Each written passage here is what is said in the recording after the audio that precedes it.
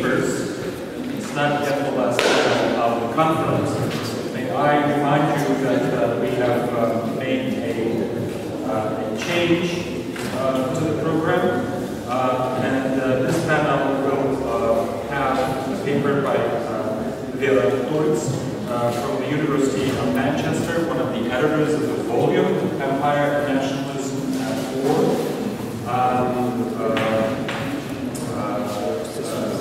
A piece of news that Vera has recently published, has recently commissioned a Russian translation for a book on Russian Orientalism, and we may soon expect this book released in Russian translation.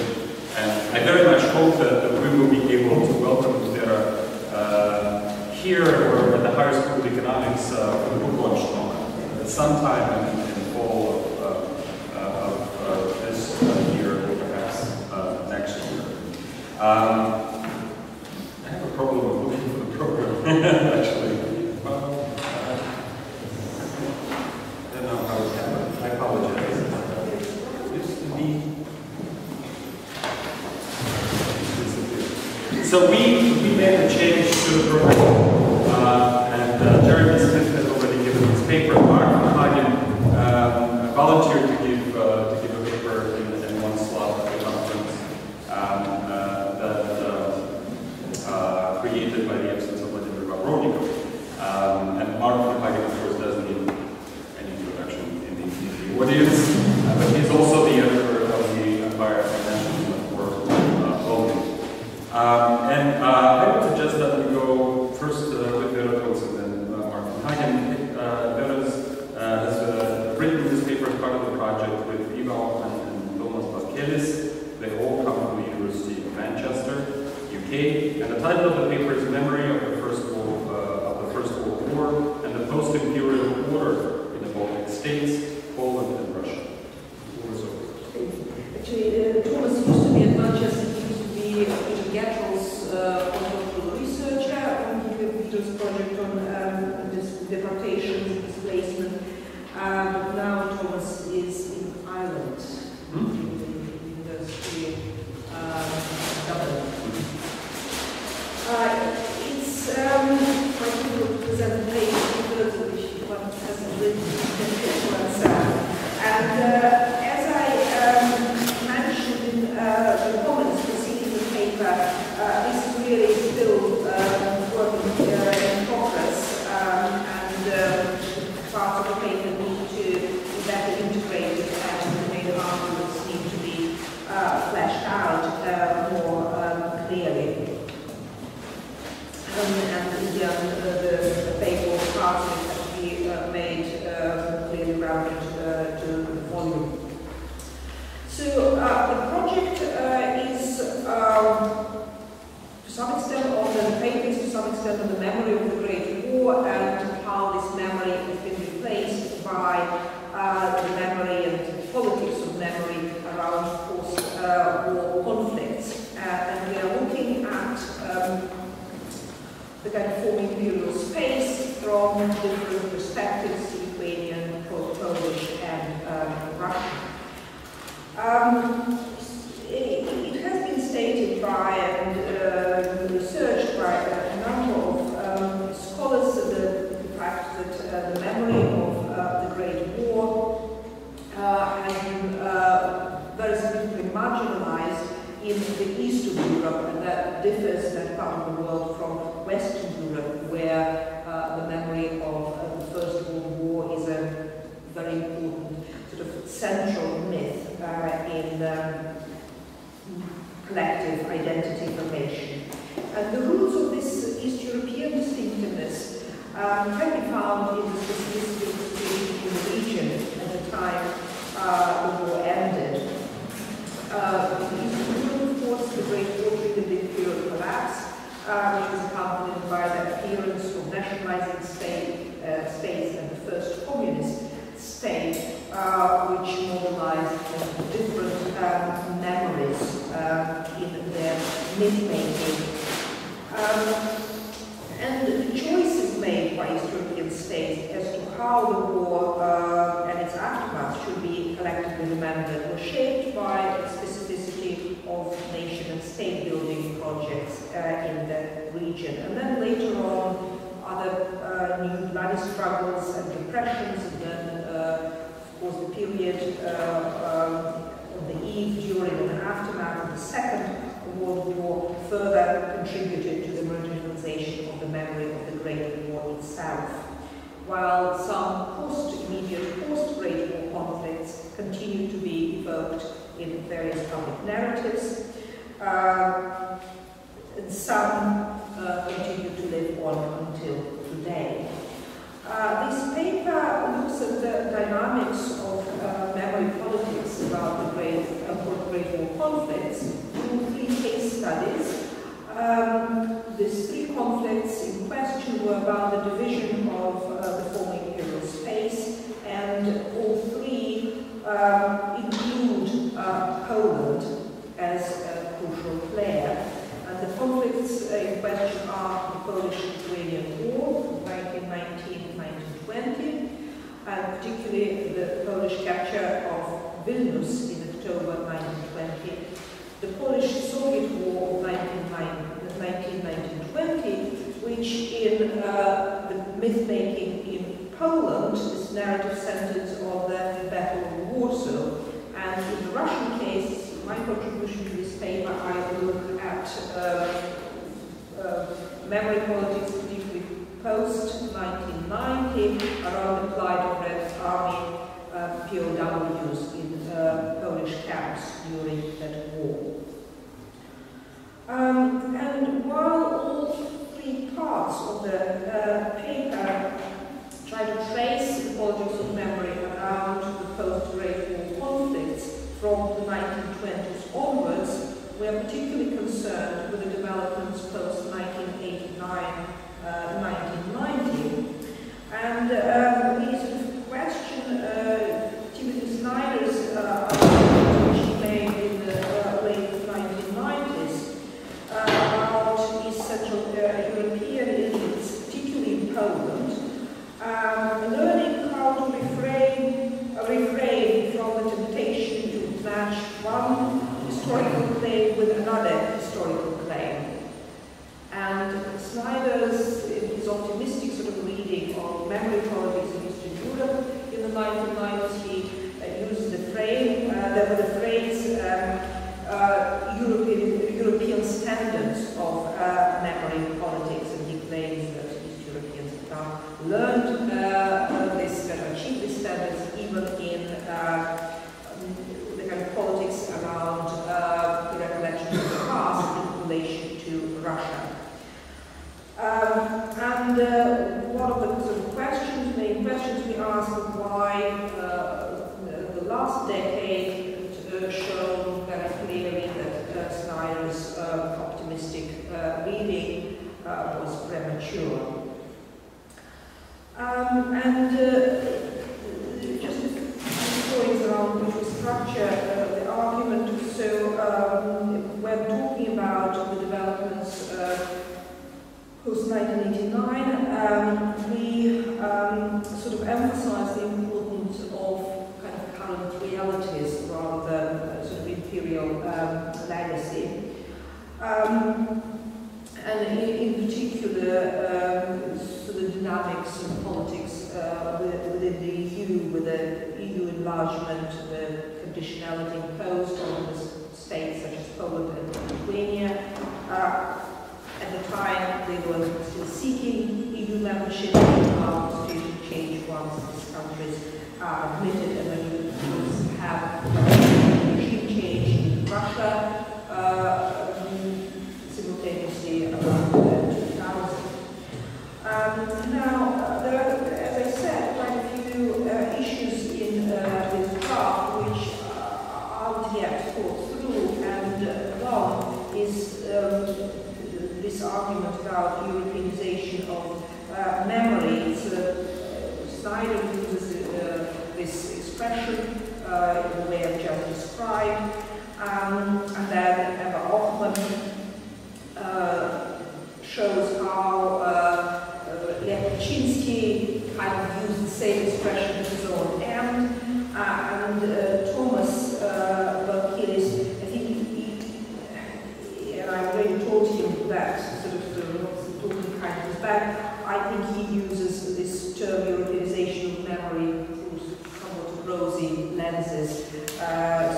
He kind of believes that it's already a process emerging in Eastern Europe, at least among the pro-EU elites of EU member states, around a common perception of 20th century European history, which involves the recognition of the Holocaust and connecting to self-critical evaluation of the past. But then simultaneously with this sort of line on the Holocaust, there is also a line pushed by East European EU member states to recognize Stalin's crimes sort of on a par with Nazi crimes. What is clear that yes, there is a kind of politics of memory in the EU around the Second World War, and that process kind of provoked quite a sharp reaction on the part of the Russian political elites. Now the individual cases, Thomas's section is on the legacy of the Polish-Lithuanian conflict of 1920, and he describes how, particularly the capture of Vilnius by the Poles in 1920 becomes an extremely important kind of myth, nation-building myth in the interwar Poland.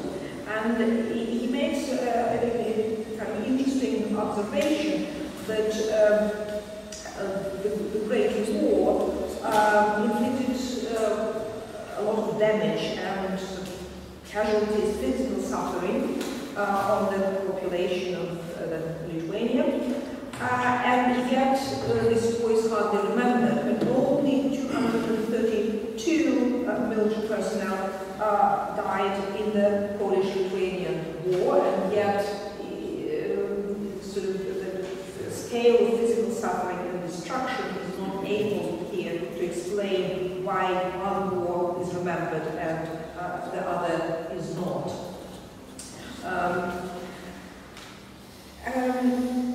And he argues that this Polish capture of Vilnius had become such an important part of national myth in the interwar period because it linked very well with the way Lithuanian nation started to be imagined by the emerging Lithuanian intelligentsia already in the late 19th century.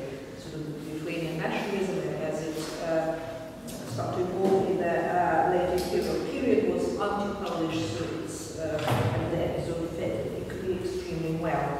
And I think the material he presents on memory politics around the conflict with the Poles and Lithuanians in the interwar period is very interesting, but I'm not sure. I mean, initially his account was extremely detailed, and there was error, and I felt that he needed to cut down this account a bit because it didn't fit with the other parts of the paper. So what you see is a bridge version with some feedback.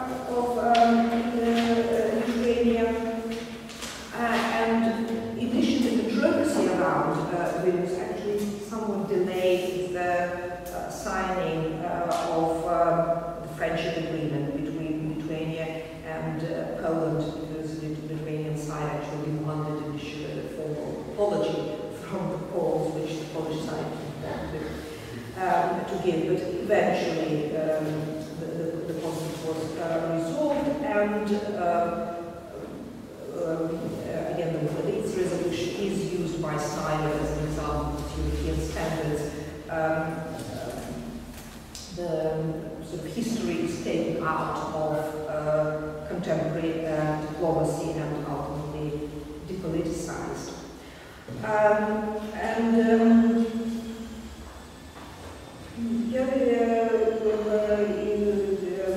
Thomas mentions an important episode from September 2010, when there's another kind of tension between the Polish and the Lithuanian governments over the issue of schooling of Polish members of Polish minority in Lithuania, and even though there were some kind of angry exchanges between the two sides, they managed to discuss and resolve the problems without referring to the capture of the Vilnius by the Poles in 2020, and that was basically for the first time Thomas says that such a kind of major controversy was dealt with without reference to history. And then he ends his bit by talking about how the whole issue of the capture of Vilnius been further kind of depoliticized, and its importance finally decreased in the last decade, but that's in view of the kind of memory politics around the Second World War, and this comparison between Soviet and the crimes of the Soviet and Nazi regime. Again, in my view, I would be interested to hear your views. This section still needs quite a lot of work, because here, again, the term for the utilization of memory is used without actually fully clarifying what it means in reality.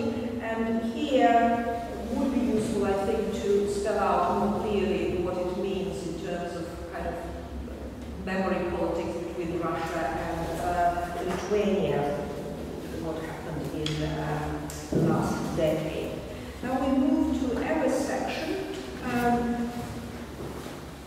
which starts by giving the reason why it's kind of not surprising that the memory of the Great War is very marginal in Poland, that have been in the interwar period, and this is Poland as a state with a big part in this war, instead of Poles falling different sides in the conflict, and the elites were also split in terms of their loyalties and allegiances.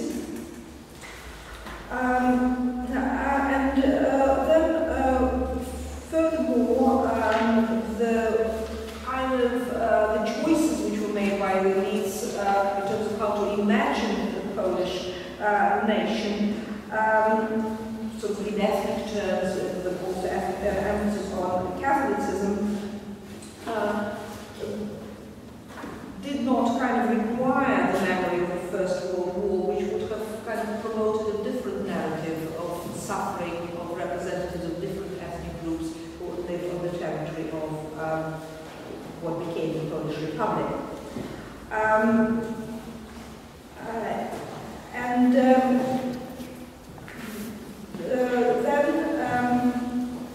Instead, what became part of this national mythology was the Soviet-Polish War of 1919-1920, which was part of a range of conflicts in which Poland was involved with her neighbors to establish its borders, but in this state-sponsored mythology, the Soviet-Polish War was taken out of its context completely and framed in terms of Poland defending Europe from Russian barbarism. And here, the kind of secular elites, nationalistic elites, and the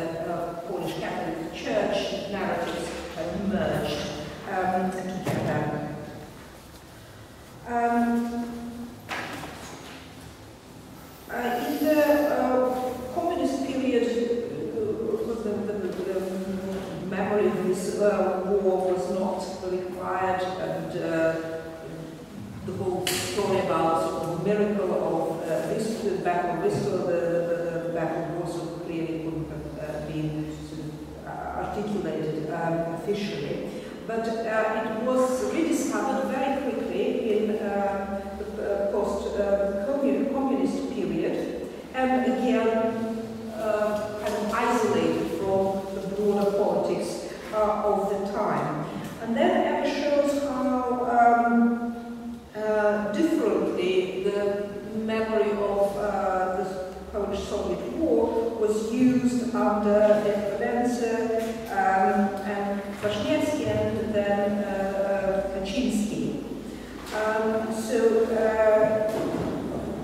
until the middle of the last decade, the speeches by Polish presidents on 15th of August, the day celebrating the victory of the Poles in the Battle of Warsaw,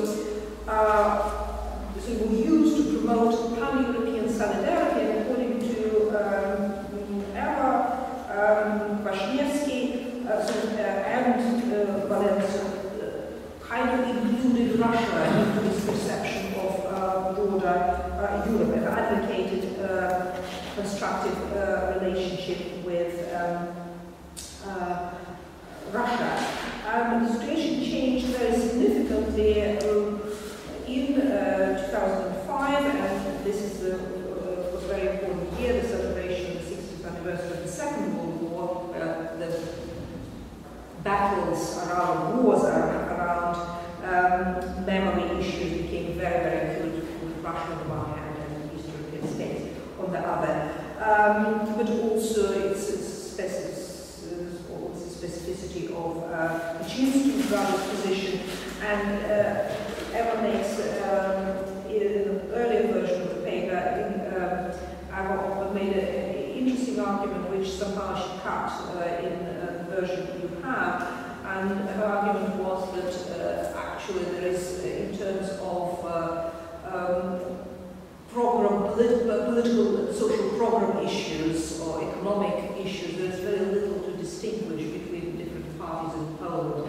They don't actually have sort of clear constructive programs.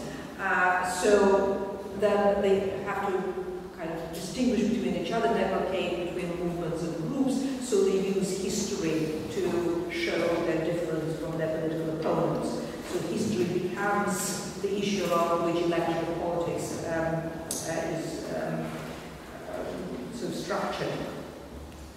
And then under Kaczynski, the Battle of Warsaw and the Polish victory in the Soviet-Polish War was directly linked to Katyn. So I'll explain in a moment who and how this connection was first made, but at the kind of very top state level, she says that it's Kaczynski who made this connection for the first time, and he sort of argued that the Katyn massacre was Stalin's revenge for the Soviet Russia's defeat in 1920. And in Kaczynski's speeches, Russia in the past and today, and it was implied how today's Russia was presented as an aggressive imperial state, but also kind of Russian chauvinistic.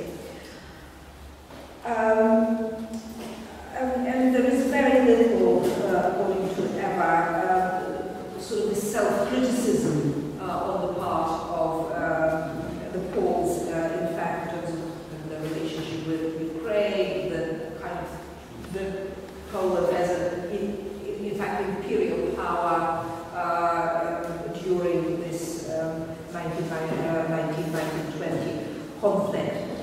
And then she gives very interesting quote, I think, from Kaczynski, and his talk about this European standards in memory politics. And again, that I think should be kind of discussed in more detail. She thinks he reacted to this pressure put on Poland to talk about the Holocaust, and so in response said, no, we have to acknowledge the truth, and there is only one truth, and one truth is so Eastern Europe as a victim of Stalin's.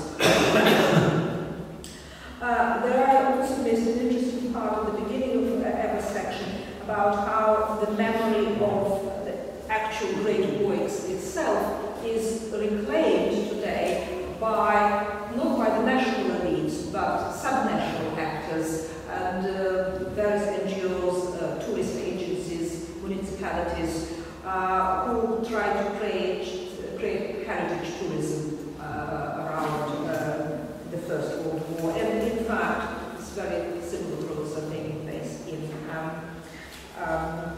Western Europe as well.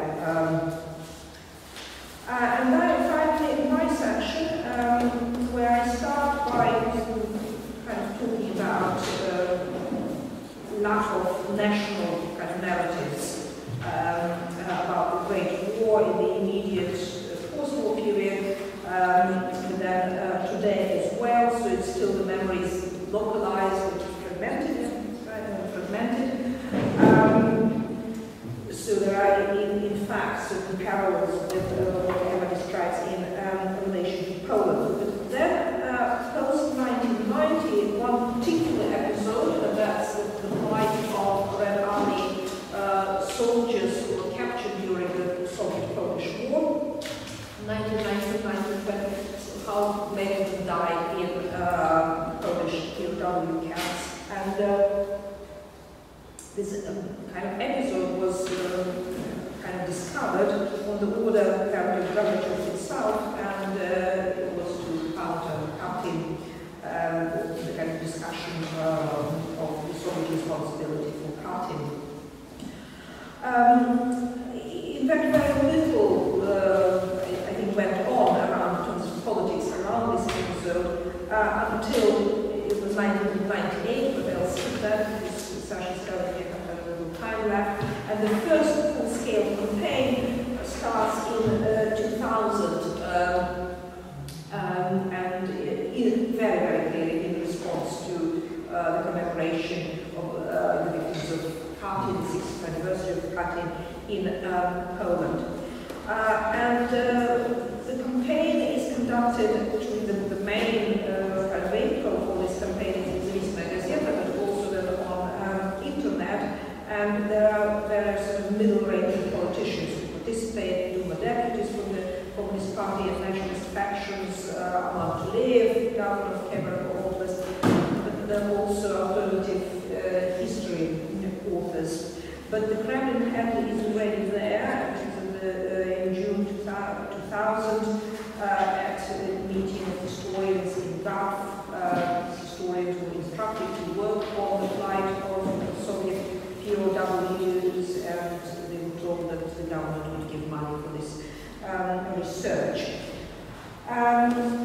So the campaign, and then in my paper I kind of discuss how well, in fact, I think this particular narrative fits with Putin's nation-building project and the understanding of the role of history, history politics in this particular project. And this campaign of 2000 has already all the elements which would then become even more apparent around 2004, 2005, the second campaign. The argument is that Poland was an imperial power in this particular in 1920, so empire is used as a term of abuse on both sides, the Polish side and the Russian side. These POWs were killed or targeted as Russians because Polish nationalism was both Russian and anti-Russian and anti-Semitic, and that these camps could be compared with Auschwitz, and there was a direct link between these camps and the Holocaust. And again, by 2004, we have the word genocide. genocide used, and that's very clearly in response to the Polish Parliament's adoption of the resolution calling Katyn as a genocide. And again, the Russian position is clearly very dialogical. We can say it was there saying that we admitted Katyn while Poland doesn't want to accept its responsibility, and it's a direct response to accusation by East Europeans of Russia of not taking responsibility for Stalin's crimes.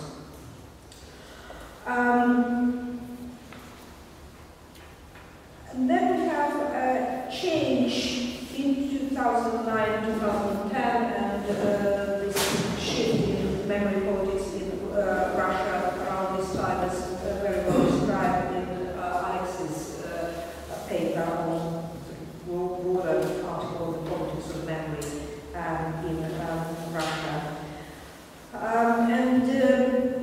In 2010, Putin for the 2009, Putin for the first time makes his pronouncement linking Katyn and POWs, and to some extent sort of endorsing comparison to Kaczynski's fury. But then in 2010, Putin's position changes, and it reflects kind of his position on POWs, reflects broader change in the Kremlin stance on memory politics. In 2010, Putin compares Katyn not with Soviet POWs but with Solovki and Kolyma, sort of much more kind of appropriate comparisons. And yet, he still mentions in his press conference after the Katyn commemorations in April 2010 that this plight of POWs was terrible, and he makes an indirect reference to Katyn. After the statements by Putin, we do see a change in the media coverage of this sort of POW issue. We have various newspapers starting to making an admission that, in fact, the comparison with Katyn was inappropriate because no one, in fact, directly targeted this POWs as Russians, and they died because of the terrible situation in the camps, which was part of the broader problem with the state Poland was in.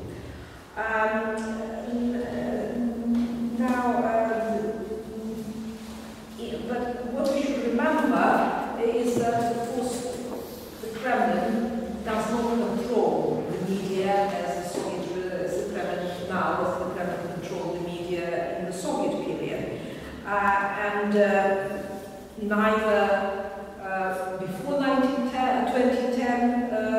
could Putin personally or members of his entourage prevent certain publications from appearing, nor would this happen post-2010. So, in fact, Communist Party deputies of the parliament of the Communist Party faction actually doubled their efforts after Putin's pronouncement to sort of champion the plight of the Soviet POWs, and in fact they accused Medvedev and Putin of conspiracy to cover up the truth.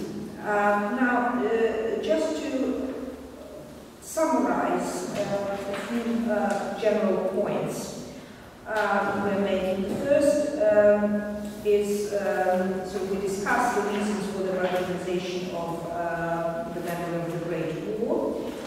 Then, I'm afraid in my account, sort of it was missed the kind of role of EU politics in what happened post-1989 that comes out particularly well in Emma's section. Is that in the 1990s, this EU conditionality very much restricts what members of the top elite in Poland can afford to say.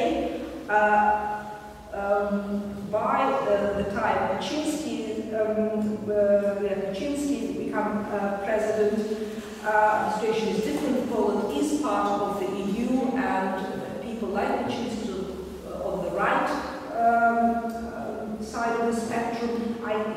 very concerned that the kind of local national identity would be lost in larger European structures, and they resent certain pressure from West European to, say, re-examine Polish's own history. So they respond by this criticism of Russia. And we clearly see kind of different memory regimes. Lithuania and Poland, two members of the EU, are now able, when they have a conflict, they are able to deal with it without sort of referring to the past. But when dealing with Russia, the states employ a very different type of memory politics.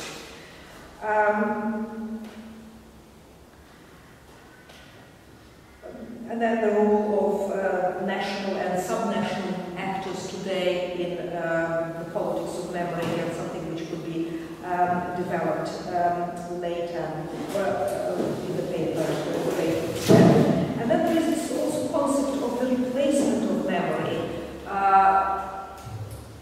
The kind of discovered memory of this POWs is used to replace the memory of Katyn. And in fact, again, something which is now cut out for some reason from the current version of Eva's section.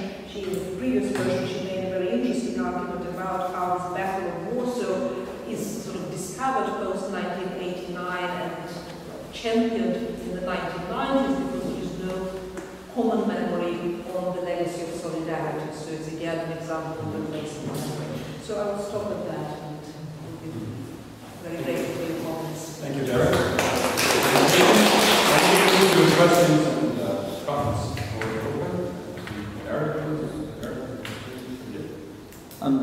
This is really rich and there's great material in it, and at the risk of criticizing those who are not present, I will say that there's a strong section, and the first two sections, I think, it's kind of puzzling because one of the big goals of our project is to take World War I out of the shadows and show how it's been in the shadow of World War II, and we're going to put it in the foreground.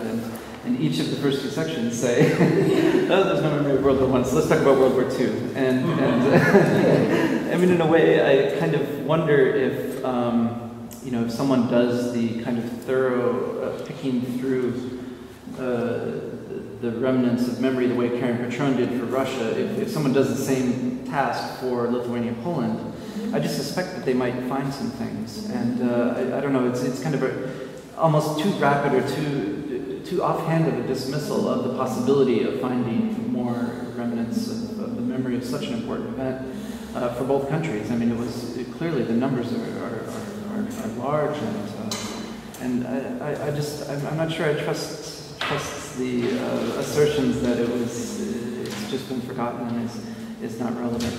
And a second smaller point is the stress on revising Tim Snyder's interpretation, I think, is a little bit off because, basically he wrote before the Kaczynski brothers, and it's the Kaczynskis who changed memory, who changed the whole terms of the debate. It's not so much that he was wrong in his assessment before the Kaczynskis came to power. And then, the section ends before the historic, Kaczynski and tragic Kaczynski flight. And, that needs to be, if you're going up to the near present anyway, that section really needs to have that. It is such an enormous event. And it did roll things back, too, from the kind of negative end to that section. The ending wasn't actually, it's a little more open. There's been some positive progress on some of these issues of historical memory. I guess I'll leave it at that.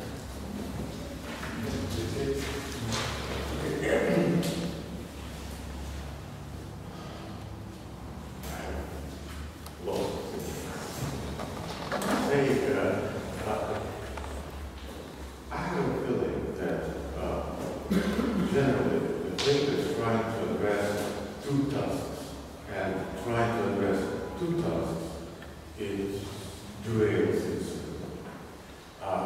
Either the issue is what each element of memory about the First World War and immediate aftermath are surviving or instrumentalized. And focus on that, because there's a lot of things to say. And there is definitely one more section to add, which is Ukraine, which is Kruti, which is Sicily Sea, which is fragmental, picking up of certain elements of the First World War, and it is like a hole in these three parts. You need Ukraine. The second task is try to explain how it all works. And my idea would be just drop it. Just give your brief statement why they're doing this and that. Because in current paper, for example, ever fails to notice that the main front in battles around memory is not international in Poland, but internal. Her obvious sympathy to Kaczynski's is so evident that she fails to recognize that Tusk was changing it all before Kaczynski led it in Qatar, 2 years before, and so on and so forth. I mean, it doesn't stand any critical analysis, and it misses a lot. It misses, and generally paper misses, movies, which is extremely important, central part of memory politics now. Poles has just produced the most expensive, the first 3D Polish movie, and this movie is on the Battle of Warsaw. There are so many so-called seriali in Russian TV about the First World War now. What does it mean? What are the accents there?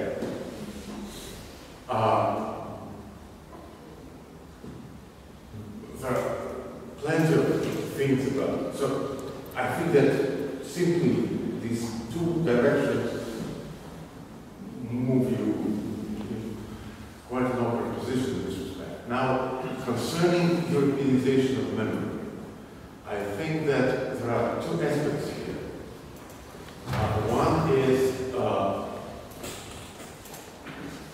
that, yes, new members had to adopt certain elements of European memory politics, which is Holocaust and more or less willing recognition of participation of your own co-nationals in this interesting event. Lithuanians did it. Of course, it was not accepted by all the society. Romanians did it. Poles did it, one way or another. But there is another aspect of Europeanization. All these Eastern European countries were trying to project their own agenda on the European politics of memory, with some success, considerable success. You have the United Day of commemoration of victims of totalitarianism and so on and so forth. And to a very large extent, it was, for example, for Baltic states, because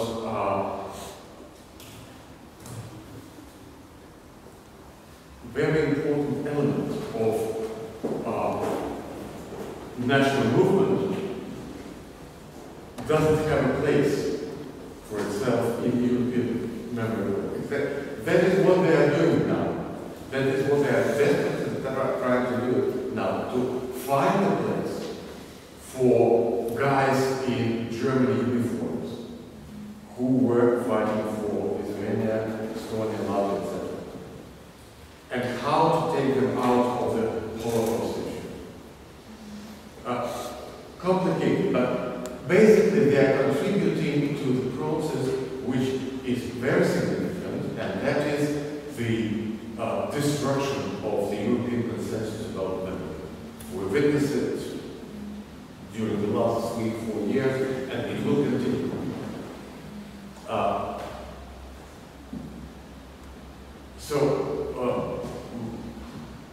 I think that if you take, for example, this Russian case, how you can see much more. First of all, for example, the destruction, the systematic and quite conscious destruction of the memory of the First World War under the Bolshevik regime. There is not a single cemetery of the victims of the First World War in Moscow. They were all systematically destroyed. Worth mentioning, then how certain elements gradually re-emerge, how certain elements are gradually rehabilitated with the, even in the army, because basically when you rehabilitate, how you call it, MLS, and the St. George ribbon, it immediately refers to what survives in textbooks, Brusilov and all this stuff. That's the point here, and how it is. So yes, as a whole, the war is gone, but which elements were surviving?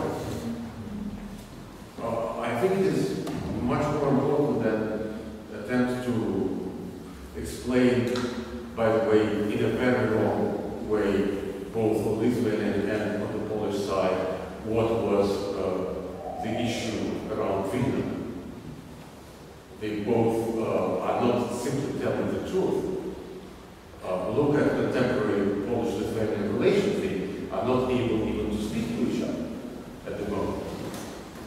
And proclaiming that in 2010 conflictual issues were solved without referring to history is just lunatic. Shall I answer?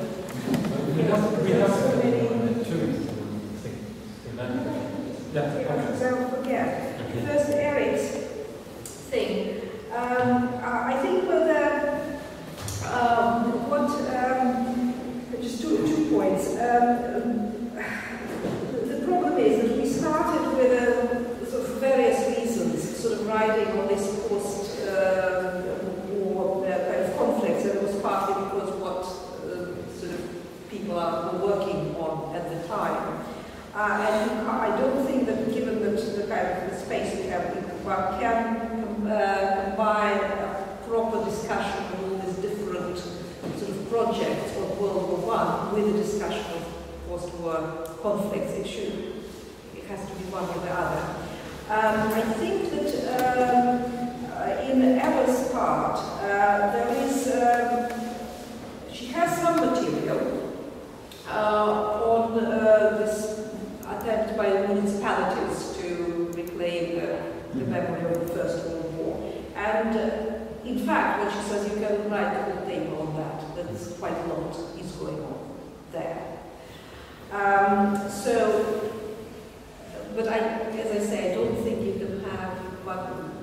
can have a paper on sort of both issues. It will be just too much for one chapter. But certainly more can be done in the Lithuanian section in terms of the memory of the war itself. And then about Snyder, you see, I think this article of his to which we refer is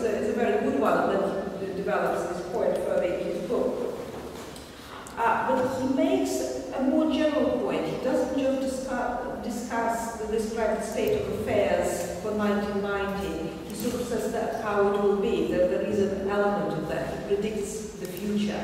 And what we are trying to do is to sort of say why it didn't happen. One of the reasons is this kind of what happens in the EU, that when you have this conditionality called membership, people behave in one way. Once this conditionality is gone, elites start to behave very, very differently, and you need to take this into account. The situation will change once these countries are members of the EU. And now Alexei's comments. With Ukraine, I've been bothered by this absence, and from the beginning, when I said Ukraine will be there, and then we didn't get that contribution, but it does bother me as well.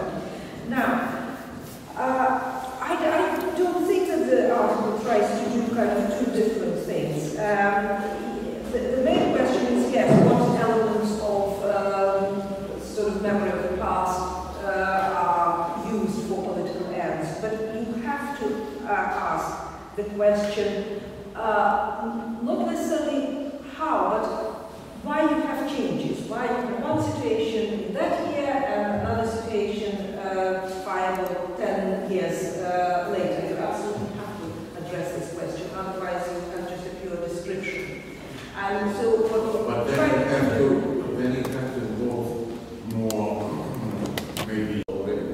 For example, how can you miss 2003, the crisis about the Iraq War, which is absolutely crucial for the memory program? I sort of know about your arguments, and you put most of the sort of emphasis in sort of relationship with America.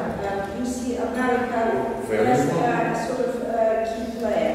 While it seemed to us that this internal EU politics is sort of more important. You might think they're wrong, but it is the argument we are going to develop.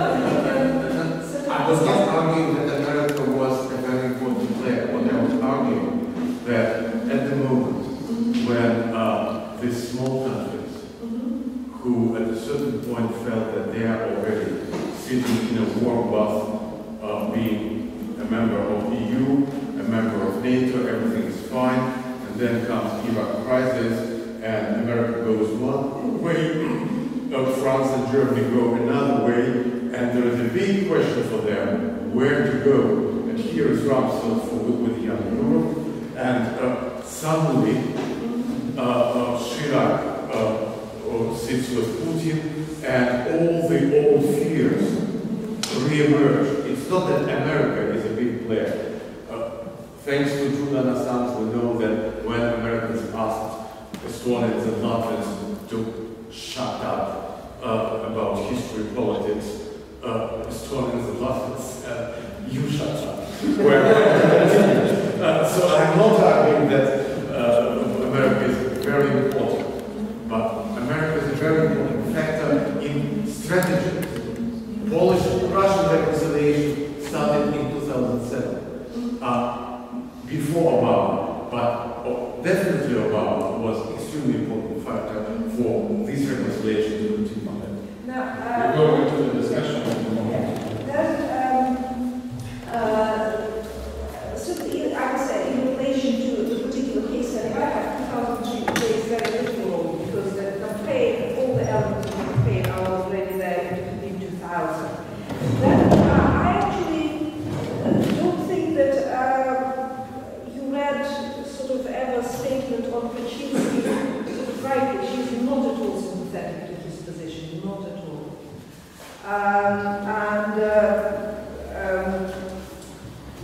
So on the contrary, she tries to sort of unmask in a way his hypocrisy in the discourse about European standards. With the movies, yes, that is very important. That's basically where ordinary people get their information from. Why are we popular? If I tell you, imagine Ivan the Terrible, you all remember Cherkassov. And what also I think M tries to do is to distinguish between the kind of speeches which are given by the presidents and the press. And in relation to the press, you're absolutely right, sort of it all starts well before Kaczynski. But what she said, and I have to sort of take your, in a way, word for it, that the speeches of Kwasniewski and Kaczynski are very, very different on the same occasion. The nature of the speech is very, very different. But the press, of course, started to kind of nagminać the conflict over the POWs and party in the 1990s. By the way, sorry, just to remind you that there was a very interesting scandal a year and a half ago in Poland when they constructed a monument on the grave of the soldiers of the Red Army who perished during the offensive towards Warsaw. And then immediately this monument was desecrated and attacked. And there was a big debate whom should we commemorate and how, concerning directly this First World War. There was a huge debate involved. And then finally this 2010 conflict, again we have to sort of distinguish between kind of different types of players, the kind of top elites, middle-ranking officials, the press, different types of the press, but I kind of did tell Thomas that I thought that his description of the very latest developments seems too rosy, so hopefully this will be kind of the issue will be addressed. But certain politicians at the top level also can't say that they don't speak to each other. They do, they have to, because they are now part of their sort of EU community. So they can't afford the very top politicians not to speak to each other. And the lower level, then we have passions sort of coming out much more openly and honestly. We had quite a few more questions, and we're out of limit for this discussion, but I'll call Mark and Josh, and with your permission, that side, perhaps we can, those who have the chance to ask, probably can move this to the general discussion. Mark? Okay. Well, I would say it should be a great question, and you wouldn't be surprised if I did too. And it struck me both the first two sections. You know, Lviv plays a role, Vilnius to some degree, but even Kiev. We think the Russian occupation of Kiev, Ukrainian Kiev, and that's been suppressed certainly in certain areas. Khrushchev's award of Crimea to Ukraine in 1954, on the eve of the anniversary of the Khmelnytsky thing. So there's a lot of comparisons there.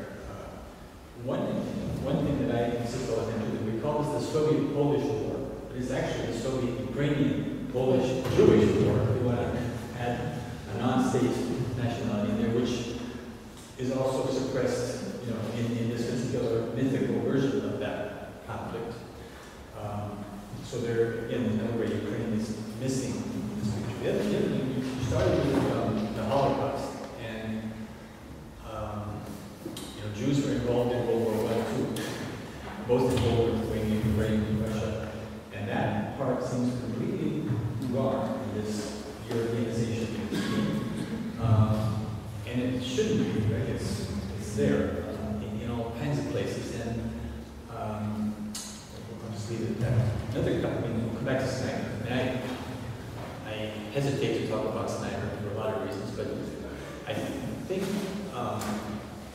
one of the reasons that he was so optimistic about this process was because he's so optimistic about Poland and this kind of Polish as a waiting Commonwealth Piłsudski version of history, which really shapes everything he writes, whether it's bloodlands or reconstruction of the nations, or it's always, and that's one of the things I realized I kind of appreciate what Tim is trying to do, but the way he does it always ends up being Polish history, and a particular kind of Polish history that doesn't really appreciate the nuances, let's say, of things. So that's one Snyder question. I wish Alexei were back here, because he and I were at this conference, a summer workshop in the Carpathia. And in one day we took a field trip in which we saw on top of the hill a monument to the Sitchin we stood in the battle of the Carpathian front. Right? And in the valley, it's a village where there was a cemetery of Russian soldiers, which was being maintained by a Greek Catholic church. And I thought, well, how do we explain this? And I never said anything like that anywhere else. And I would say he testified, he was there too, because we saw the whole thing together. But you know, up on the hill, there's a Sitchin we still see. We've got the Russians fighting the German Austrians, basically, what's called Stalingrad of World War I. But dramatically, and then you've got in the valley, Russian soldiers I've never seen, and they're clearly marked with Orthodox crosses, but in a Greek Catholic church. So I would say I was just thinking about our field trip in the Carpathia, and we saw the Sitchin and the Russian soldiers at the cemetery. So there is some kind of memory, but it's in weird places and probably by accident. What about Solzhenitsyn? August 1914. Isn't there an opening for Russians to recapture some memory of World War I by reworking Solzhenitsyn's production, let me say, and in his general contribution to rethinking the Soviet past? Finally, and I have lots more, as you can imagine, but finally, there's a Russian holiday coming up, I think, next week, which I have been inquiring several people about what they think about it. And it's, the way I understood it, it's Russian Unity Day, and it's to commemorate, among other things, the Russian victory over Poland in 1613. Right? Smutny Agreement. Oh, that's that one? Okay. Well, that holiday, whatever that holiday is. So no one seems to know what it's about here. I asked everybody, do you know what this holiday is about? No, they don't know what it's about. They don't know what it is. And the fact that there's a Polish connection, and there's a Smutny Agreement, and it's all about integration and unity of the Russian state. And Poland is the enemy. So how does that? Yeah. Well, that's even more complicated. It's the Russian Orthodox Church, which is playing a huge part into this. Anyway, television coverage.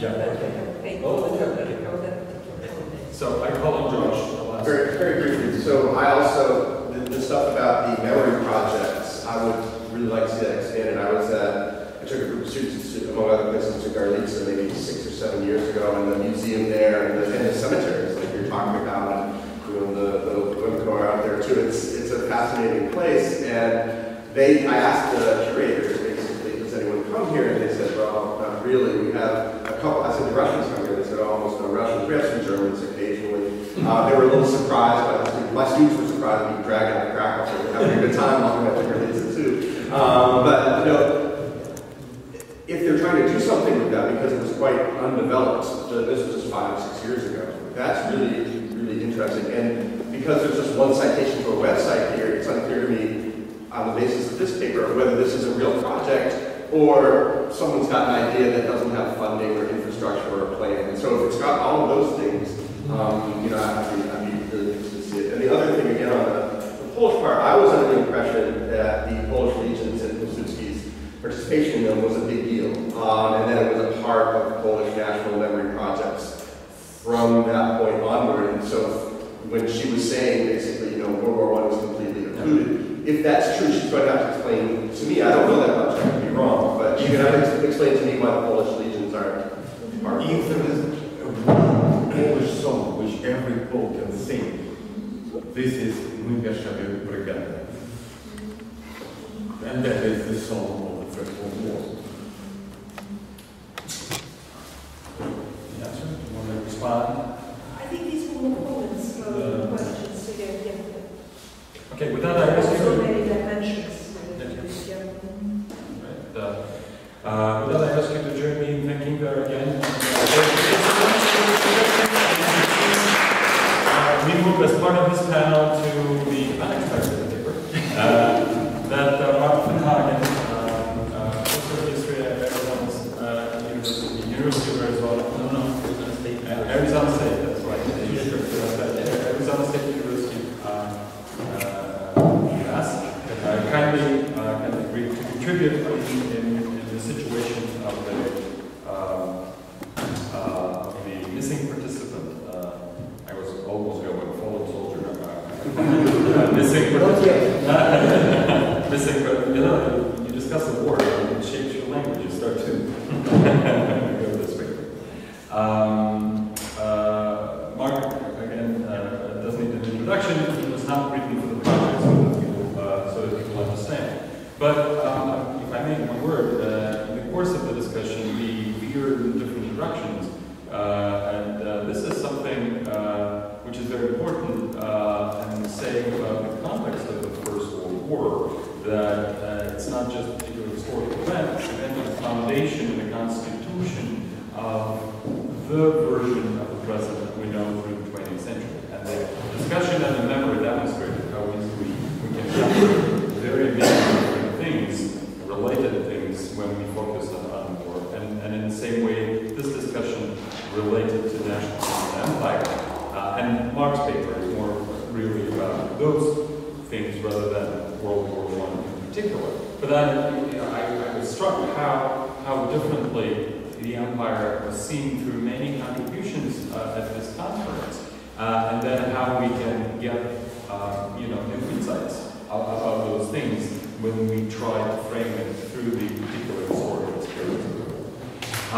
So this is a kind of introduction to an extension, I would say, of the conference, and Mark's paper is on the concept of colony for Russian and Soviet history. That's more or less the thing. Correct me if I'm wrong. Okay, that's correct. A lot of things. First of all, these are not papers. These are orchard toward papers. Like papers. And secondly, I did not kindly agree to do these papers.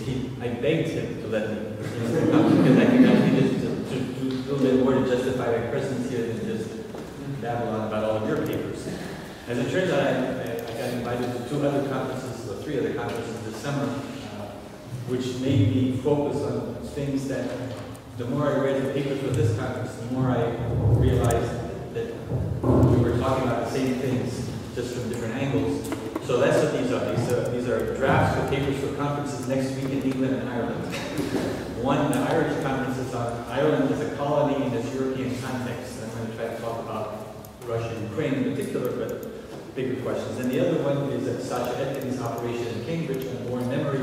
And that's a paper, I think it's in your package too, but it's a different one. It's called Eastern Front, Entangled Histories, Divided Memories and Common Pasts. So I think I'm going to focus on that one, and if I need to, I'll come back to the other one, even though that's not the one you just announced. And I want to say how these came to be. I mentioned some of them that I taught this new course on the Eastern Front, World War I, World War II. And I think this is a sort of reflection on what I learned from that course as much as other things that I've read since. And most recently, to bring in Ukrainian memory war, or history war memory conjuncture here, we're going to put it together. I was asked to read a manuscript of a Polish historian with a German PhD about Ukrainian nationalists. And if any of you have been following any of the Ukrainian blog things, the guy is Rosolinsky Liba, is his name. He wrote a dissertation about Bandera. And his talks were boycotted by Svoboda, which is a right-wing Ukrainian nationalist organization. 3 of his university talks were canceled in Ukraine. He ended up having to give his talk in the German embassy in Kiev, which was itself picketed by protesters who had, among other things, photos of himself, poor Rosolinsky Liba, with Goebbels, saying that Rosolinsky Liba was Goebbels' grandson, and how dare Germans come to Ukraine to tell them who are fascists and who are not. So it's really kind of ugly. After in a while, since Yushchenko was out, we thought things were going to be quiet again, but recently they have stirred up again. Just after reading that manuscript, and believe me, I have tried to avoid the UPA controversy as long as I could as a historian of Ukraine, and I knew sooner or later I would not be able to avoid it anymore. It's like, bit whatever I bit and read that manuscript, and I think I have something to say about that, even though I'm not working on it. I mean, I was involved in the Holodomor, the famine politics between Russia and Ukraine, which is part of the story, but separate as well. Following that, I have a new colleague at ASU who is a Polish historian of Jewish relations, and she wrote a wonderful dissertation, which is coming out with Cambridge, on Jews coming back to Poland and to Slovakia after the Holocaust, immediately. And it's a story that you don't hear much about. Most people chose not to go back to those places, and if they did go back, they didn't find Russia, and probably left shortly after, and that's mostly the case. But it's she addresses a lot of these questions that Jan Gross talks about over and over again, this tangled web of Polish, Jewish, Russian, German relations, but also you could add Ukrainian, of course, in there. And I started thinking, how do we put all these kind of things together in the context of World War I as well? And I started reading Tony Judd's Past as Another Country and Jan Gross and other related things. And then I went back to my Ukrainian contacts, and Kapler and Philippe Terre, Kapler, who also I consider one of my soulmates in all these things, started an article about transnational history with an account of the Khmelnytsky uprising and pogroms, and told how each national tradition has a very different sort of Rashomon-like picture of what happened in 1648-49 when the Ukrainian peasants rose up against the Polish and Jewish whatever elites, and he goes from there to World War II and skips World War I, strangely enough. He mentions Stedura briefly, who is part of World War I, but I thought, why don't we go back to World War I? And so he and Terre together started pushing what the French have called Histoire croisée, what Kapler has translated as Verflechtungsgeschichte, and which they both translate as entangled history rather than croisée, which is just two countries, that's France and Germany. Across, yeah, it's more two countries, and we're talking about 4, 5, 6 different countries, proto-countries, national communities. So I think entangled is a better word, and I'm trying to think what's the proper word in Russian. I think splitёnная история or переплетённая история, something like that would capture this. So I'm going to try to make an outline for what I might, and the other thing, I'm supposed to write either an introduction to this volume or a conclusion. I'm not sure which one I'm going to, but as I listened to these papers, especially Vera's paper, which I just read this morning, I thought we are really kind of on some kind of same wavelength here. So I'd like to propose a little bit about how you write this Eastern Front as entangled history. And again, I read a lot of German stuff. I actually finally, for the first time, I don't know, 20 years, I actually taught German history, I taught Turkish history, I taught Yugoslav history, and it was very educational. And as Vera and I discussed, the more you look at these other countries, the more different perspective you get on what happens in Russia and the Soviet Union. Okay. So, if we take Philippe Terre and Andreas Kapler just sent me a new book, where it says his experiment in this kind of transnational Verflechtungsgeschichte model, which is about a Russian-Ukrainian family, late 19th century Russian-Ukrainian family.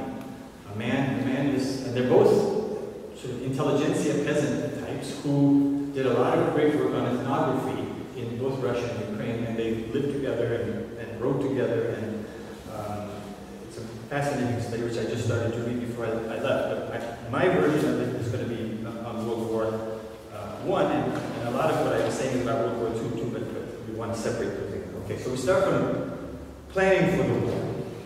Who is involved in it? And what I'm trying to say is that the war, okay, I have another sentence which I've never given this.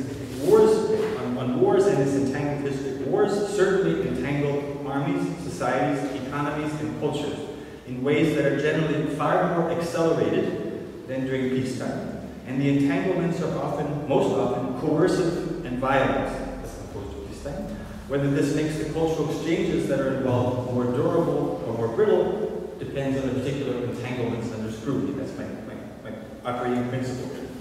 So if we start with the war and planning for the war, which is again before 1914, foreign ministries and military intelligence offices studied the potential enemies and allies from the points of view of demography, the effectiveness of conscription policies, the topography of national resources, features of the political system, including possible weaknesses that might be taken advantage of. This political system, this information is gathered by networks of diplomats and military spies in the countries under investigation, but is also supplemented by regular reading of the local press and interrogations of populations that regularly cross the borders of the future belligerent powers, including smugglers, missionaries, eventually tourists. In other ways, education and culture sections of nation invest heavily in creating images of national pride for the home countries, but also shaping attitude towards neighbors, again, as potential allies or enemies. And we've heard a lot about that here, but I just ran across a new book about how German schools before the revolution, before the war, were creating a kind of image of the East and Russia in particular, which was kind of launched in 1914 in a more serious way than just in schools. These processes, as I say, take on new life when wartime propaganda begins to assume a larger role in mobilizing one's own population for the fight, but also to demoralize the enemy, because propaganda was directed both internally and externally to demoralize the enemy in many cases. And World War I was notable for its enhanced use of propaganda. Both World Wars were also characterized by extensive journalistic coverage with reporters and eventually documentary filmmakers embedded with armies in combat and in occupation. So we've got lots of people who are interested in these entanglements of one way or another, and who are part of the entanglements. Both World Wars on the Eastern Front also had unprecedented numbers of prisoners of war held captive by the enemy state. Above all, this meant millions of soldiers of the Russian army living for several years in German, Austrian, Hungarian, and Turkish camps, while millions of other soldiers from the German and Austro-Hungarian armies found themselves in Russian camps. Here, too, we can look at several processes that might be considered in the light of this entanglement history. Letters to and from POWs and their families back home. Letters that were at least selectively perlustrated by authorities on both sides to determine the political moods of POWs and their families. Similarly, the international and several national Red Cross organizations tried to keep the POWs alive and fit for the duration of the war, together with other civilian aid organizations. Indeed, negotiations over the continually evolving regime of POW treatment and eventually POW exchange were among the very few diplomatic contacts made between the belligerent sides in most of, as I mentioned earlier, neutral Scandinavian capitals, particularly Copenhagen and Stockholm. Another population that we've heard about yesterday and today of millions who suddenly found themselves in foreign lands were refugees who fled their homelands and in many cases were expelled as part of the scorched earth policies of first the Russian army and later other armies. Similar to POWs, refugees were entangled in many relationships both within their new hopefully temporary residence and their former homeland through letters, visits of foreign and local inspectors, medical and food aid to the refugees. In both cases of POWs and refugees, the belligerent states did not hesitate to use the allegedly inhuman conditions in the camps and the atrocities committed against POWs and refugees as part of their wartime propaganda intended to rouse sympathies for the national causes. Again, these all fit into the propaganda campaign as well.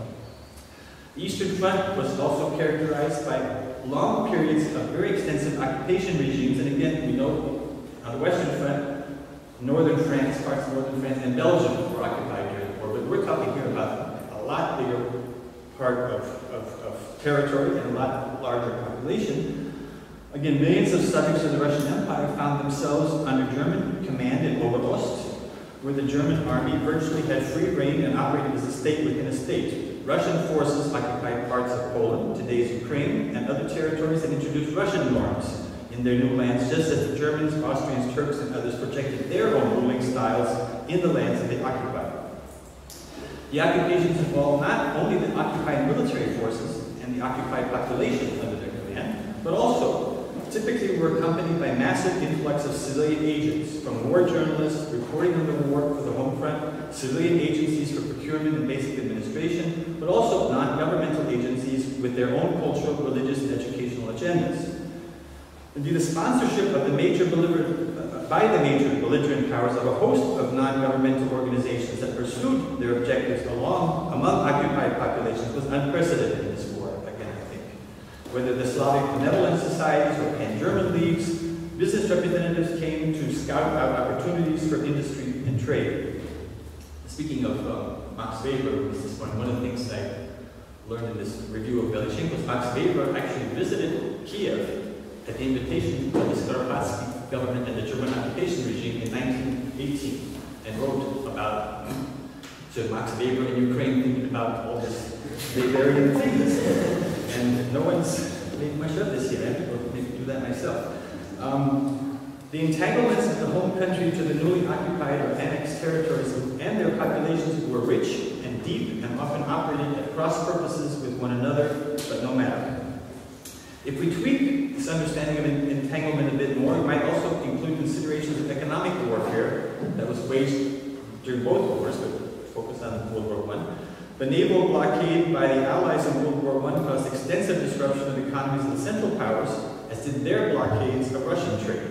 All economies had to go on war mobilization footing, and consumer sectors suffered grievously across Europe as all production was directed to the army in the war. Allies tried to make up for losses caused by enemy blockades, but all the wartime economies underwent dramatic transformations in response to enemy efforts. Again, although there are many commonalities in the world wars, it's generally considered that World War II marked the closest that Europe had come to total war, a concept, however, which was initially defined by Erich Ludendorff, apparently during his time as Chief of Staff to the commander of the German occupation in Oberhost, the northwestern corner of the former Russian Empire. Total war involved new technologies which quickly and perilously removed what was left of the former barrier separating combatants from civilians in wartime. There's submarine warfare and eliminated shipping and travel with even neutrals at peril. Later in Second World War, air bombing campaigns brought the war directly to the centers of civilian population, but that's less important for us. Again, the removal in the barrier between combatant and non-combatant, and again, when we keep World War I and World War II separate, but in each other's perspectives, we got the treatment of guild abuse, the Holocaust, and other issues. And the rest of this is mostly about World War II, okay. On its side, yeah, this it took me back too much to World War II. So, again, some of the problems I guess I have here is the Eastern Front was one of several fronts in both wars, and the Eastern Front belligerents had also various forms of entanglements with Western states, either as allies, Russia and the Soviet Union, both with West, or enemies, Germany and Austria-Hungary. But again, I want to suggest that the intensity and duration of the entanglements that covered the Eastern Front states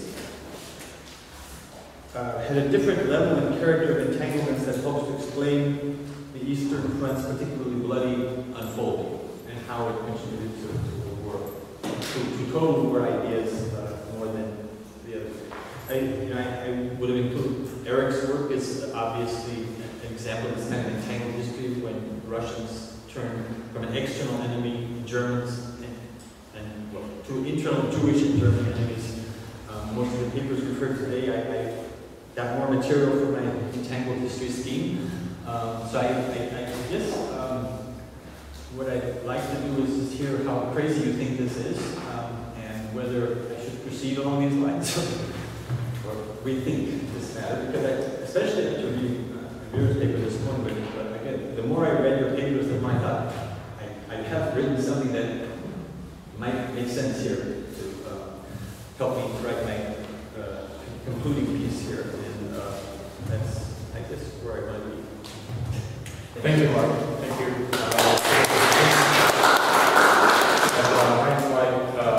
Questions and comments? Eric?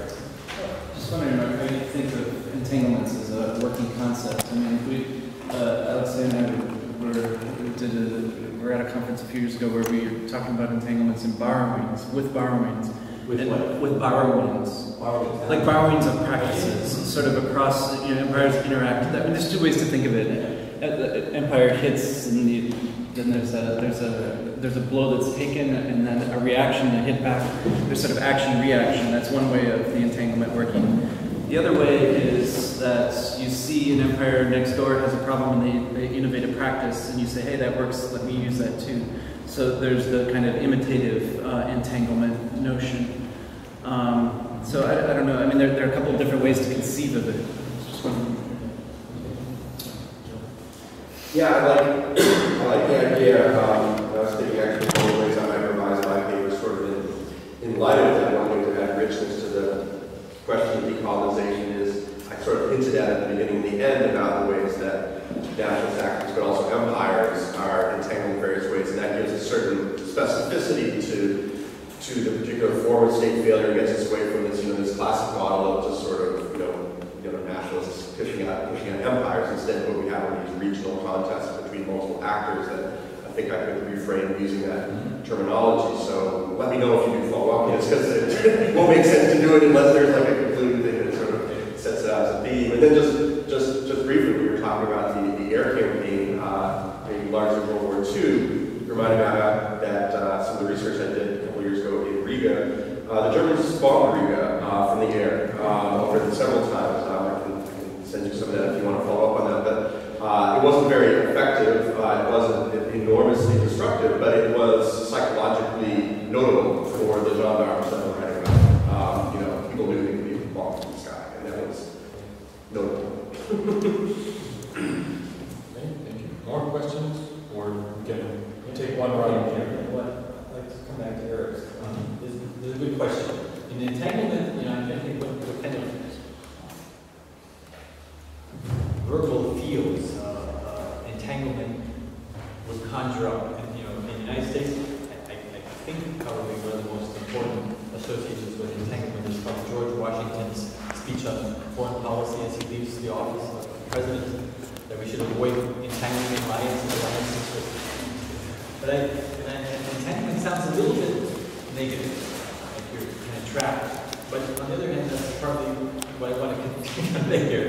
And most of the work that Philippe Ter and Andreas Kappeler cite has been about peacetime cultural transfers. They cite the study of the sort of impact of the dissemination of the German university models throughout Europe, which of course affects Russia too.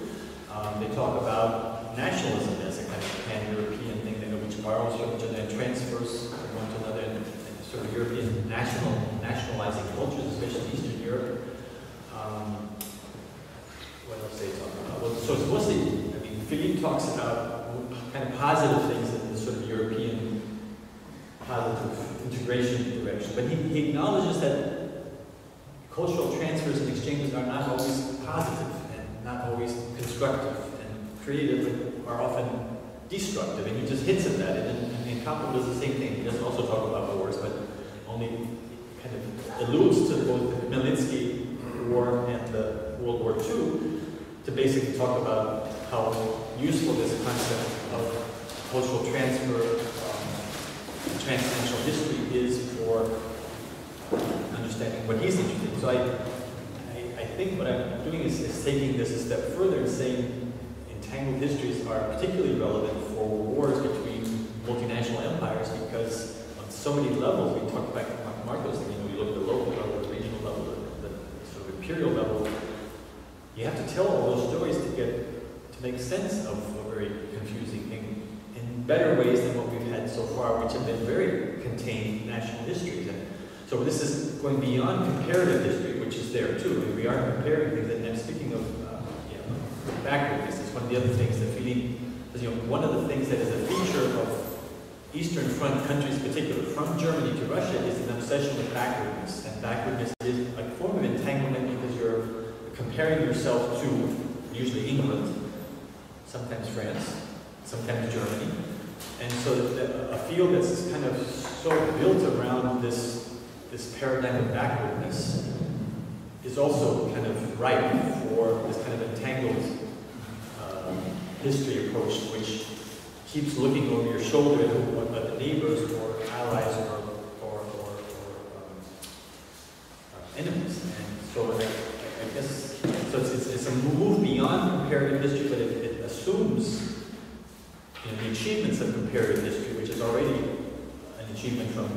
national, egocentric narratives of these big events, and suggest that it's not just about comparing two countries and their sort of hermetically sealed boxes, but breaking these boxes and penetrating into them both ways, in not unidirectionally, but multi-directionally.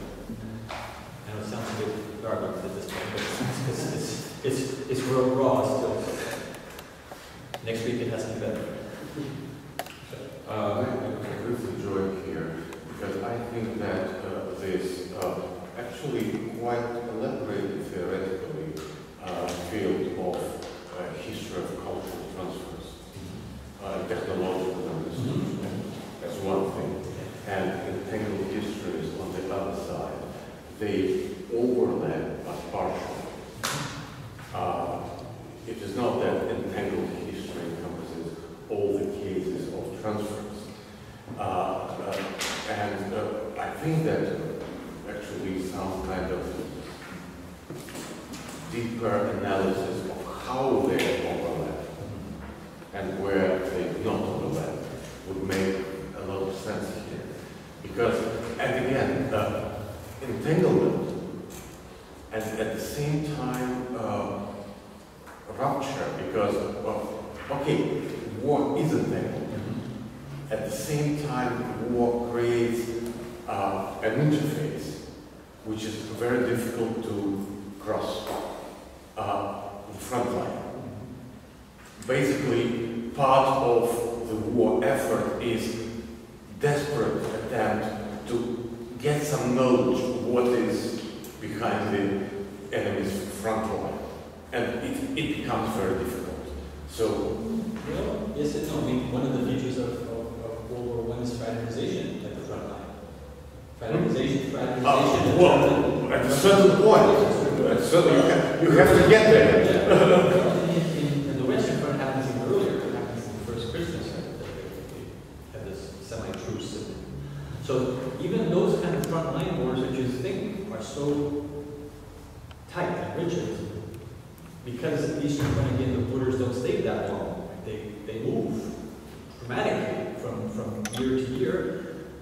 And again, even the front themselves, you got smugglers going across the border all the time, who spies of some sort who are going across, scouts who are sent by the armies to spy across the front line. So I think there are even at the front line, which you would assume is sort of a priori the most tight boundary separating these belligerent powers. Those boundaries are not so tight either at various points.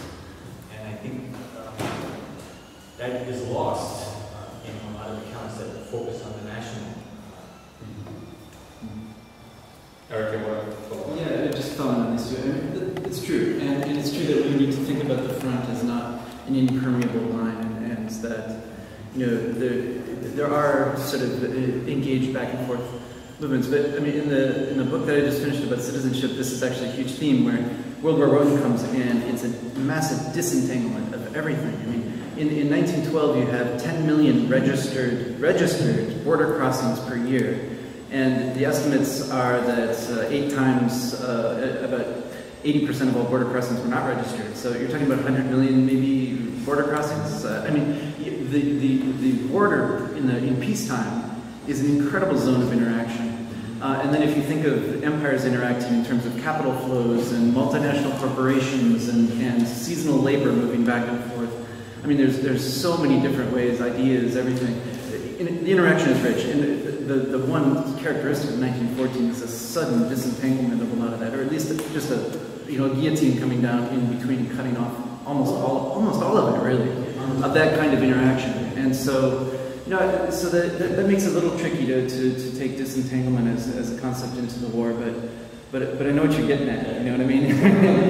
On the one hand, the official border crossings are down, but deportations, refugees have overshadowed those numbers, right? I mean, you read Gatrell's book, the millions that are there. I mean, a number of other people who are displaced by the war. This is where I would like them to bring sort of my comment, because this is the comment that takes the political boundaries between the empire states is serious, whereas what I wanted to say is that I have, entanglements are in favor of everyone now, but I have my own word that I kind of appreciate, and that is connexity.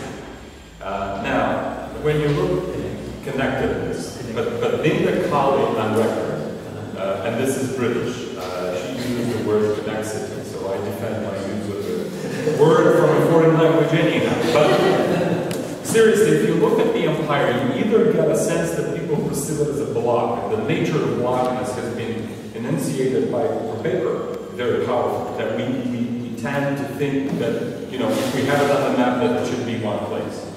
Or, the other way around, we go to Ludmila's localities, and then we understand that they are completely unconnected, unrelated, or if you go to the nationality history, that, there was a lot of, many nationalities, but there was a few mixing and a few sense of cognizance, of connexity, and, practice of being related, of actually encountering something beyond your own locale, or beyond your own horizons of the imagined world. Now, this is why when we did this project of trying to look at the moments of ruptures and rationalization in the Russian Empire, we picked certain ruptures because these are the moments when all of a sudden the sense of connexity is articulated, is reflected upon, that things start to move, and people start to realize how complex is the space.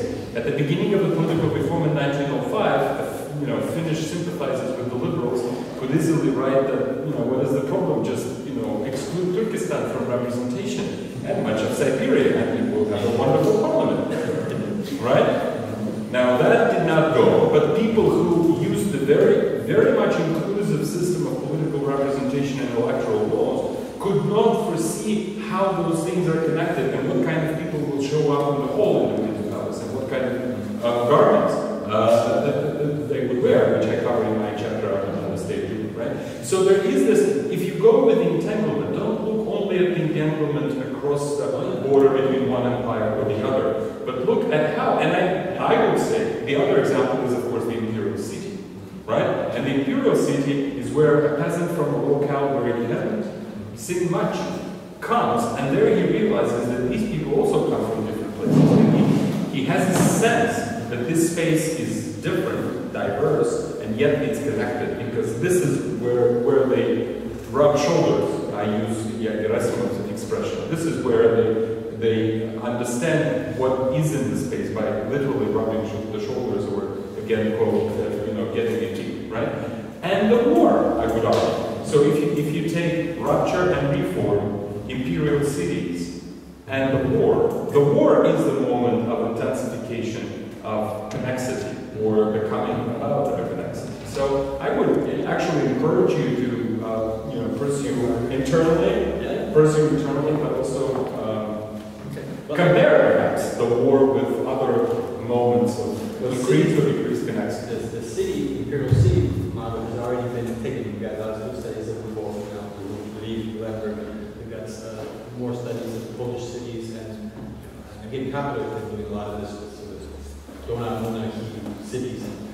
And come back to Eric, I think this has room for disentanglements, but I think in response to the disentanglements, there are new entanglements. I don't call them re-entanglements because these are new things.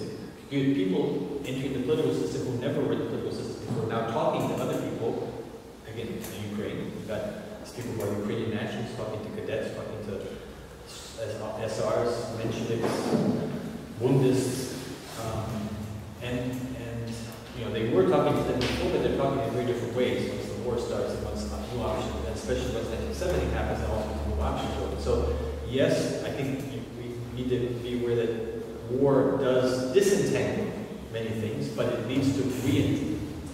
I can't say re, because these are all new things. New entanglements internally as well, which goes along with what you're saying. There's another book that I have on my shelf, which I just opened before I left, by Shimon Bedlich, called Together and Apart, about Brzezani and sort of Russian, Jewish, Polish, Ukrainian, mostly Ukrainian-Jewish-Polish relations in what is today Zhezhny. And that's another, I think that's kind of another model of entangled history. And what I don't think he saw it as that, but it is that, and much more so than I think Snyder, who's also promoting himself as an entangled history person, or is being promoted as an entangled history. And I think he means to be, but I don't think he succeeds as well as, say, Shimon Vedlik's book does on Zhezhny. Isn't now everything entanglement? Isn't everything around that entanglement? Because we started with entanglement as a remedy for, so to say, closeness of national narratives, and now we are speaking about entanglement within an empire, and then entanglement between a village and a local town, and so on, and then we lose the purpose of the word. I sort of, I thought about that too. I'm sort of like, was it Molière says I didn't know I was speaking prose all the time. Exactly. Apparently I am. And that's something, I think good history of this war has been always a little bit entangled, but we never consciously, what are the things about the entanglement? I think this is a much more self-reflective, at least according to Philippe and André, whereas national narratives are implicitly national, but never explicitly. We kind of just assume that it's the way things are. Whereas all of these people who are writing are very explicitly self-conscious about the fluidity of national identities, about all the other things we know about from nationalism studies and empire studies. So I know there's a risk that you're saying everything is entanglement. Everyone's been doing entangled history. They just didn't know they were doing entangled history. But I think if we think we're doing it, we might get even better results than if we are implicit about whatever we're doing. And mostly we're implicit because we're still writing in national boxes. We're not able to transcend the transnational, get moved to the transnational. There's one thing in this article that Kaplan, I cite Kaplan, he tries to trace his own evolution from being a Russian historian, being a Ukrainian historian, and trying to write a multi-ethnic history of the empire, which he did in his book, his magnum opus there, Russland als Vielvölkerreich. But then he wasn't happy with that. Even though he wasn't happy in the introduction to that book, he said that this is like an ad seriatim piling on ethnicities, and you're not really telling how they relate to you. So this is his gesture to getting beyond that kind of still nationally contained comparative history and breaking those boxes. So, and I think what he's done in this new book on Ukrainian-Russian, this couple of this husband and wife, does make a big move in that direction beyond comparative history to some kind of verknüpftete or verflechtete or whatever, The lady he's writing about is Russian by origin, and she's the author of the first textbook on Ukrainian history. Yefimenko. Yes. Yefimenko. Yeah. Sergey? Well, actually, you already articulated the comment in your own comment, so I'll go to something else then. I was wondering how you would connect, if you had the task to, what you said about entangled history and what you wrote about the concept of the colony in the second paper that I read. I think it's a very interesting connection because what you have here is sort of the functioning of the rhetoric of coloniality with the colonial relations being cast into question by historians. Right? It's not entirely clear whether we can describe those relations as colonial. I wonder if you can say something about that. You made the move with the concept of backwardness and sort of entangled history being a way to disentangle from backwardness and related interpretations of history. Okay. Messages we take kind of one more, we take this discussion after the break, please. Yeah, well, mine is almost more an operational question. So there's two parts of national narrative. One is national, and the other is narrative. And I'm wondering, just as a practical way of how one writes this, I'm interested in hear how people effectively write. I mean, I'm sure it can be done. I mean, you can think of good detective stories that have many different threads going on at once and that are multiply entangled, but certainly I think a lot of us face this problem when you try to write a story of complexity. One of the reasons people fall back on the national stories or other ones is that it's that you can write a narrative that has an argument that is convincing and is linear in a certain way, and a lot of readers struggle with nonlinearity. And so I wonder, like the people that you admire for doing this, what are some of their strategies for actually writing an entangled history in a way that people can read? I just discovered this a few months ago, so I haven't gone through all the footnotes that I had in my paper and gone to read the original works, but it started from the French-German connection. And Terra actually takes this back to Lucien Febvre, who wrote a book right after World War II called Le Rhin, which is about the Rhine as a sort of binational history of the Rhine.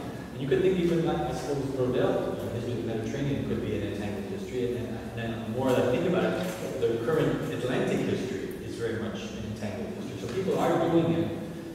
It's messy, it's hard, it's more challenging. You have to kind of master more literatures. But when you get older, you should be able to do that anyway. But even those are protagonists, right? Even if they're bodies of water, right? I mean, that there's something that, that one can... Yeah. I have to come back and report to you later on.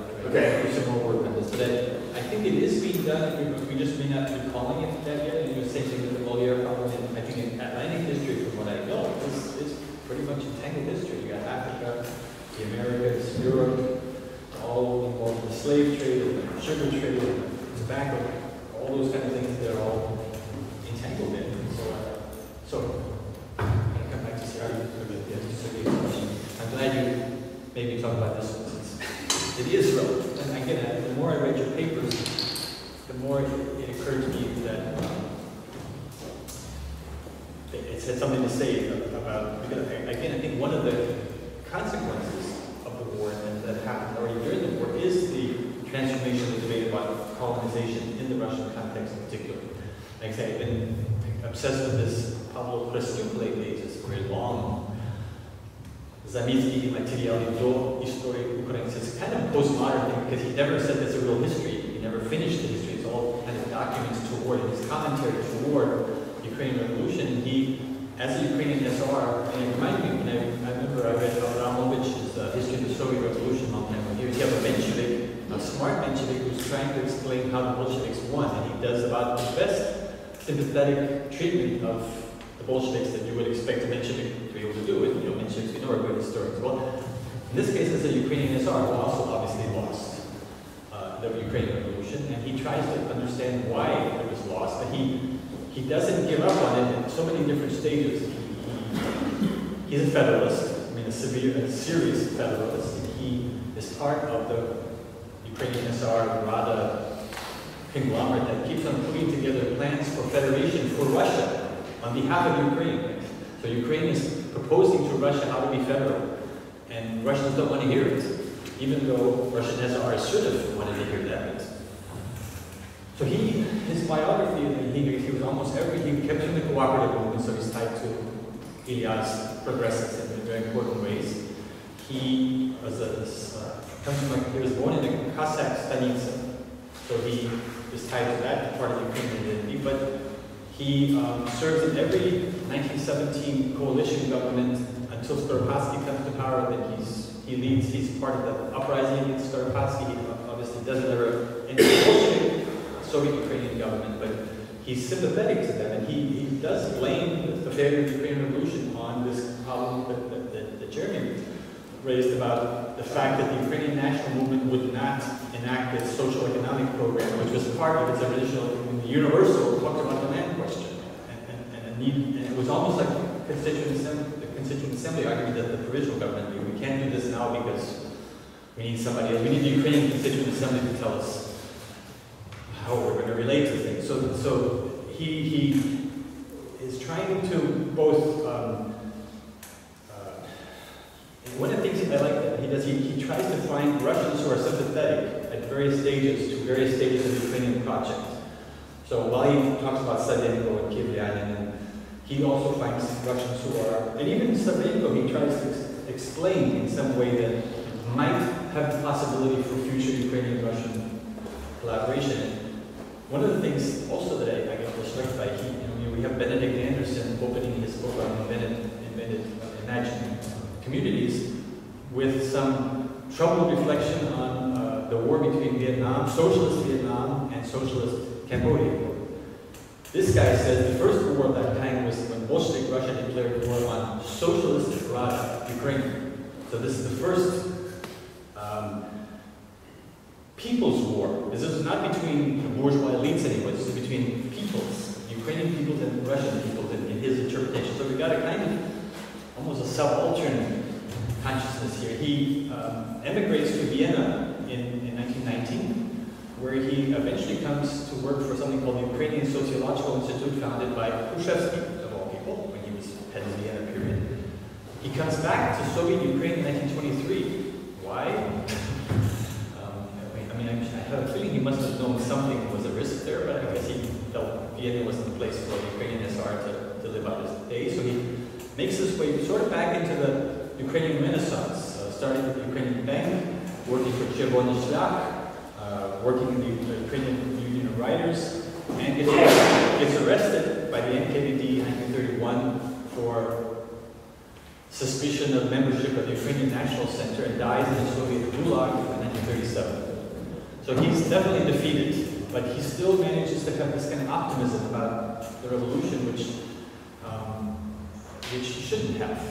And it's partly because he talks about, again, sometimes it sounds like something out of Fanon. He talks about the master and the slave, and how Ukrainian peasants who had not had any national consciousness in his own admission before 1917, all of a sudden wake up and they start getting annoyed when Russians treat them as Hakhli or bumpkins, or where they might not have been so annoyed before, but when this moment of epiphany of nationalism, and he's very sort of ethnographic that way, very anthropological.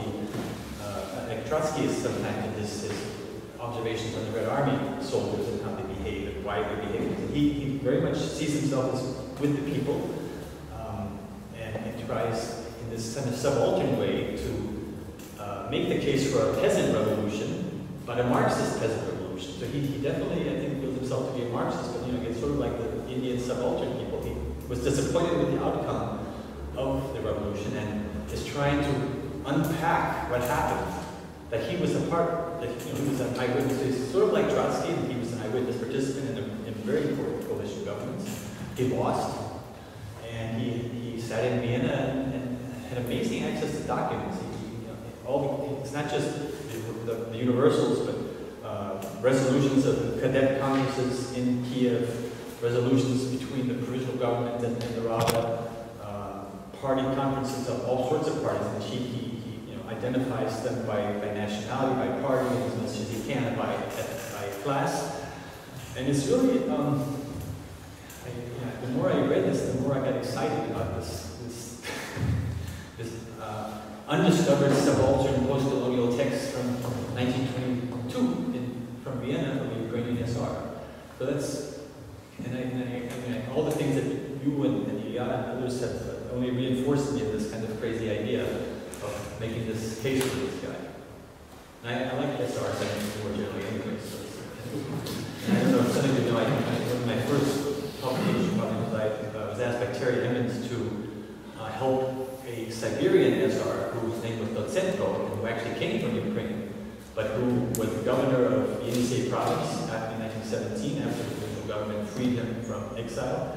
He was arrested by the Bolsheviks as an SR, and then fled from China to California, where I eventually met him and his family, and then he tried to rewrite his. And he was someone who declared a pax on, many of you know I play the accordion, and I would be invited to his house, and he would say, no Tsarist hymn, and no international, both tyrannies, both despotisms.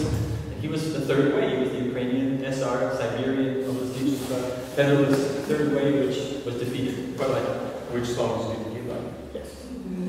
That's good. Well, any folk songs. Ukrainian or Russian folk songs. They had no patriotic political content. Okay. thank you very much. I invite everyone